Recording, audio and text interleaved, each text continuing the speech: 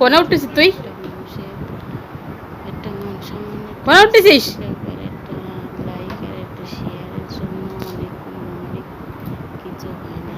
আমি যদি একটা লাইক একটা শেয়ার একটা কমেন্টস যদি করি তাহলে হয়তো তার অনেক কিছু হতে পারে, হয়তো তার ভাগ্য পরিবর্তন হতে পারে। অনেক রাফি মাদ্রাসার জন্য বের আছে, রাফি মাদ্রাসায় দিয়ে মাদ্রাসায় পৌঁছায় দিয়ে এসে দিয়ে আসবো। এদিকে তাসফিয়া সকালে দুধ খাইয়ে ও ঘুমাচ্ছে,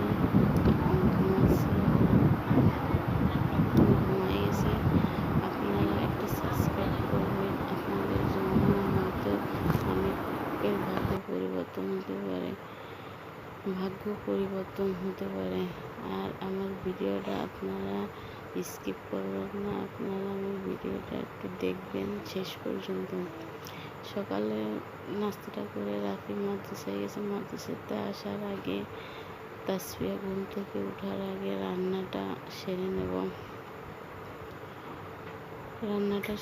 মাছটা ভিজিয়ে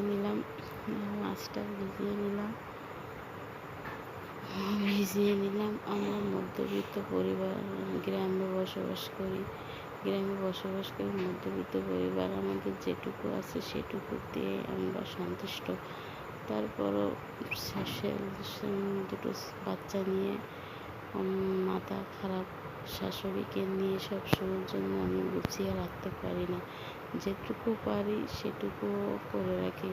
আপনাদের সাথে আমি হয়তো আমার সাংসারিক কাজের ভিডিও আমি শেয়ার করতে পারি না, কিন্তু আমি যেটুকু পারি সেটুকু শেয়ার করি।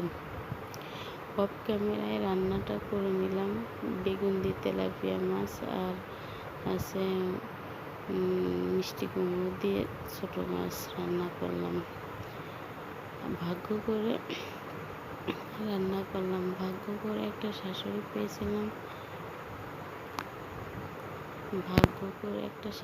পেয়েছিলাম। সেই শাশুড়িটা আজ অসুস্থ।